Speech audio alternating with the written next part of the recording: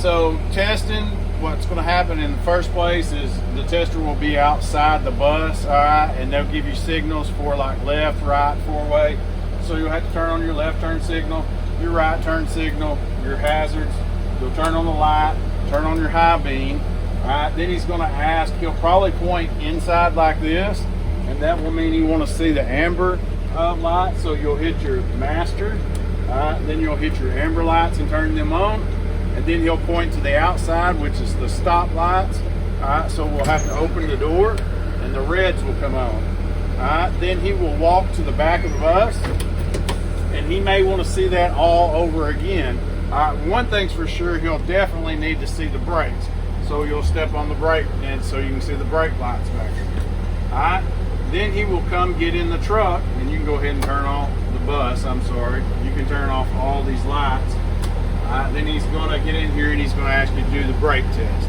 So when you start the brake test, you'll need to tell him two things. One, I have built my air pressure from 100 to 120 psi. All right, the air governor cut off between 120 and 140. All right, then you're going to do a tug test. So we're going to leave this parking brake set. All right, we're going to put it in drive, and we're going to push on the fuel. All right, it should hold, and it did.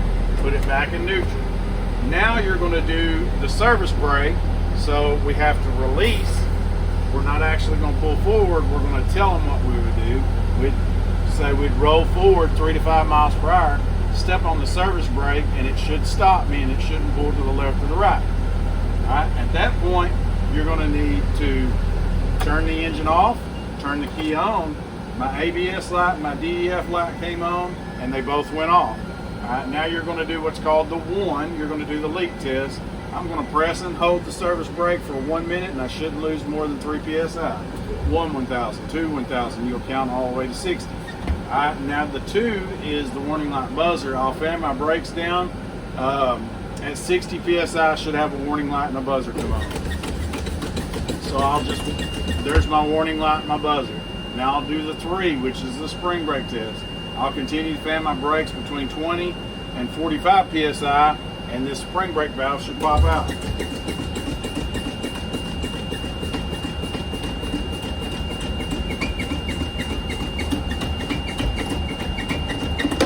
All right, the brake test is complete. At this point, you would restart it, all right, because you're going to do the end cab, and the first step of the end cab is a safe start. So start it back up. All right, then there's really no order to the end cab, but you got to cover everything that I cover. So I like to start with my mirrors. All right, so I have mirrors on the side of the bus, and I have mirrors up at the front of the bus. They're all securely mounted and held in place by bolts and nuts. The mirrors are adjusted for me, clean and free of debris. They're not cracked to obstruct my view or anything like that. Once I do my mirrors, I'll do my windshield up here. The windshield's securely mounted and held in place by the seal. The seal's intact all the way around it. The windshield is not cracked, it's not dirty. No illegal stickers obstructing my view. I'll go to the dash. I'll need to turn on my left turn signal, my right turn signal indicator bulb. My four-way indicator bulbs are both working. Turn on the lights, pull this back. My high beam indicator bulb's working. All right, then I can turn those off if I want to after I do that. Then I'm gonna hit the city horn. The city horn works. Go back up here, I have my wipers. They're secure, they're mounted flush against the windshield. They're not dry rotted or cracked. Turn it on, they move back and forth. Push the button in, and I do have washer fluid. All right, then I would move down to my heater. I turn the heater on. All right, then I hold my hand up here, and I'd say the heater's working. Hold my hand down here, the heater's working. Then I would flip it to defrost and put my hand up here on the dash. All right, my defrost is working. I would make sure I turn my 2 fans on up here. It's part of the defrost. My fans are on, they're working, securely mounted.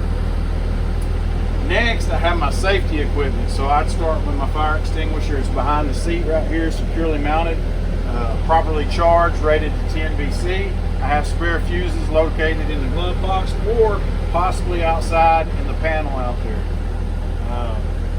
I have 3 highly reflective triangles. If I were to break down, I could put the triangles in the front of the bus and the rear of the bus to warn oncoming traffic. All right. Then after safety equipment, I'll go ahead and do my student monitoring mirror. Sorry, I can't say it. All right, so it's adjusted for me. I can see all the students back there. It's not cracked. It's securely mounted. So I also have the student lights back there. I need to go ahead and turn the rear on. The rear lights are working back there. The front lights are working, and then I have a dome light up here. All the lights are burning, securely mounted. The lenses are not cracked or anything like that. I can turn those back off. Then I have my body fluid cleanup kit and my first aid kit right here on the side of the bus, securely mounted. They're properly supplied. They're also sealed. So I move up here because then I got to talk about. I have to talk about this door. It opens and closes securely. It's not cracked, bent, warped, twisted. No cracks in the windows. I have my handle right here, securely mounted to the seat and the bottom of the bus. That's not been warped or twisted. I have my stairs. My stairs, there's no holes in the stairs. There's no tripping hazards or anything like that. All right, good. Now, you're gonna have to stand behind me. So next, I'm going to check all my seats. The seats are securely mounted to the floor of the bus. They're not ripped or torn. Then I also have to check the aisle. There's no holes in the aisle. There's no tripping hazards. And then I have 4 emergency exits on the side of the bus. 2 in the front, 2 in the rear. They're properly labeled. You have to have this label here. They're not bent, warped, twisted, cracked. I'll go ahead and open it. A buzzer should sound. Alright. The buzzer sounds so it works. I also have 2 emergency exits on the top of the bus. They're properly labeled, securely mounted, not cracked, broke, or anything. You will not open these. He won't ask you to open these. So then I'll go back to the back.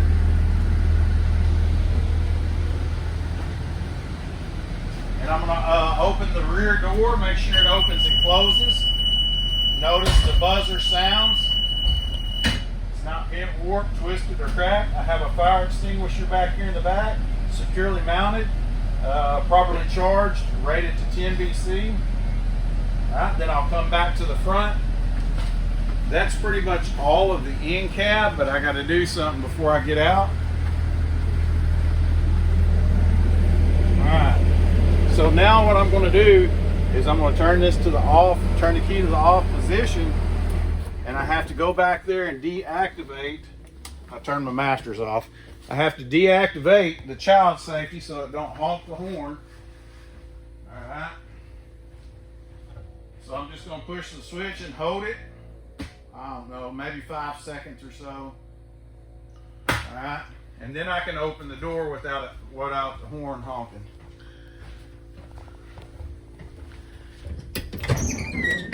All right, that's all the end cab. All right, so first thing you're going to do when you're outside the bus is the front. What I like to do is I start at the top up here. I have my amber flashers on the center. I have my red stop lights on the outside. They're both securely mounted. The lenses are not cracked. There's no condensation on the lens, which can indicate that they're leaking. I move down and I have 4 sets of mirrors, 2 up top, 2 on the hood. They're all securely mounted. They're not cracked, broke, bent, clean and free of debris, adjusted for me. Right here on the hood, I have a left turn signal, a right turn signal, 4-way flashers, amber in color, securely mounted, no cracks in the lenses, no condensation that could indicate that it's leaking. Moving down, I have a reflector on both sides right here, amber in color, securely mounted. Then I have a left turn signal, a right turn signal, 4-way flashers. And then I have a high beam, low beam, clear in color, securely mounted, not cracked or broke, no condensation on the lens, which could indicate that it's leaking. I have my stop arm right here. I noticed in the beginning when we did our light operations check, when I did my red stop lights, that this arm moved out and it moved back. It's securely mounted, not cracked or broke, not bent, anything like that. Then I take a look underneath and I don't see any fluids leaking on the ground. And then just real quick while I'm here, I'll have my stop arm over here on the side of the bus. It worked during the light operations check. I noticed that it moved out and moved back in. It's securely mounted. That's all we need to do for the front of the bus. Next, you would unlatch the hood and open the hood, go to the passenger side.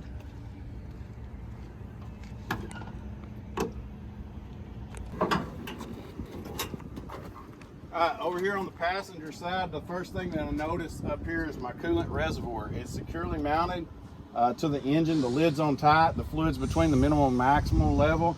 There's no cracks. There's no leaks. All the hoses coming to and from the coolant reservoir. They're not dry rotted, cracked. They're not leaking any fluids. Here I have my frame of the bus. Take a look at the frame. It's not bent, warped, twisted. It's not rusted. There's no illegal welds or anything like that. Checking my washer fluid. I do have washer fluid. The reservoir is securely mounted. All the mounting bolts are tight and secure. The lid's on tight. Over here on the passenger side, we have the DEF tank right here. It's securely mounted to the frame of the truck. The lid's on tight. I don't see any fluids leaking on the ground. Right back here, we have our diesel tank. This is where we'd add diesel. The diesel tank is securely mounted to the frame of the bus. All the mounting bolts are in place and tight. Now I would take a look under here, make sure that there's no diesel leaking on the ground. Driver's side, I'm going to start with the engine group. That is my power steering reservoir, securely mounted. All the mounting bolts are in place and tight. The lid's on tight. The fluid level's in between the minimum and maximum. All the hoses coming to and from the power steering reservoir. They're not dry rotted, cracked, or leaking any fluids. Right here I have some air lines. They're not kinked to impede airflow. There's no hose in the air lines. I don't hear any audible sounds which could indicate that the air lines are leaking. Here's where I check my transmission fluid. Here's where I check my oil. They're both securely mounted, not cracked or broke, not leaking any fluids. That's all I have for the engine group.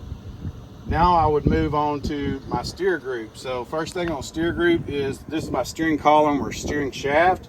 It's securely mounted at the top by a U-joint, at the bottom by a U-joint. There's no shiny spots, properly greased. The steering column's not bent, warped, twisted, or cracked. Right here, I have my gearbox securely mounted to the frame of the bus. All the mounting bolts are in place and tight. I don't see any shiny spots on the threads, which could indicate looseness. The lines coming to and from the gearbox, they're not dry, rotted, cracked, or leaking any fluids. The next four things I'm going to do in order, and then I'll talk about them. This is my pitman arm, this is my drag link, this is my steer knuckle, and back here behind it I have the tie rod. They're all securely mounted and held in place by bolts and nuts, castle nuts and cotter pins. None of them's bent, warped, twisted, or cracked. After that, I'll move to suspension. I have a leaf spring mount in the front, leaf spring mount in the rear. They're securely mounted to the frame. All the mounting bolts are in place and tight. The leaf spring mount themselves not bent, warped, twisted, cracked, rusted. I have some springs here. They're one over on top of each other. They're not scissored. They're not bent, warped, twisted, or cracked. I have my shock. At the top, it's mounted to the frame. At the bottom, it's mounted to the axle. All the mounting bolts are in place. They're tight. The shock itself's not bent, warped, twisted. It's not leaking between the upper and the lower half. Next, I would move on to my brake group. I have an air hose right here. It's rubber. It's not dry rotted, cracked. I don't hear any audible sounds to indicate that it's leaking. I would look in here and check my drum, and my brake pads. There's no contaminants on my brake pads or my drum. That finishes up the brake group. What I would do next is I call it the wheel and tire. I like to start with my rims, my inner rim or my outer rim. And my inner rim is not bent, warped, twisted, cracked. There's no illegal welds on the rims. So then I've got a bunch of lug nuts right here. They're all secured and tight. There's no shiny spots on the threads, which could indicate looseness. No rust trails, which could indicate looseness. Then I have my tire itself. I want to do ICD, which is inflation, condition, and depth. So we start with inflation. This tire is inflated to the manufacturer's specification found on the side of the tire. The condition of the tire. If I look at the sidewall, there's no bulges, no patches, there's no chunks, there's no wires showing. Of course, these cannot be recaps up here on the steer. It has to be a radial tire, virgin rubber. That's pretty good for condition. Depth in each major groove right here, I got to have 4/32 minimum. All right, then we'll move down the side of the bus. First thing I come to here, traffic monitoring system or a mirror. All the mounting bolts are in place and tight. It's not bent, warped, twisted, clean and free of debris, adjusted for me. Here I have a fuse panel. Sometimes spare fuses are kept in here. This does open somehow. So sometimes this is where the spare fuses are kept. I've already talked about them on the end cab, but I can also talk about them here because sometimes this is where they're at.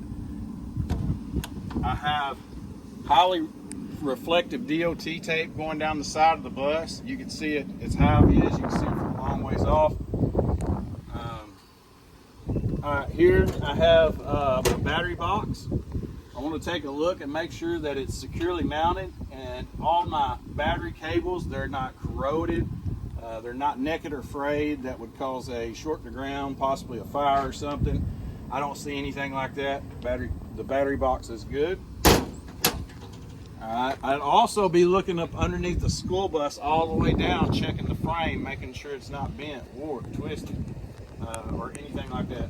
Once again, this is my stop arm, securely mounted, high vis, red lights. They're securely mounted, not cracked. There's no condensation on the lights, which can indicate that they're leaking. It does move out. We checked it during the light operations check. Here I have a clearance light, amber in color, securely mounted, not cracked or broke, no condensation on the lens, which could indicate that it's leaking. Moving down the side of the bus, I have a red reflector here. High visibility, can be seen from a long ways, it's not peeling off. Red reflector right here, high visibility, it's not peeling away, it can be seen from a long distance. Then I'll go to the back.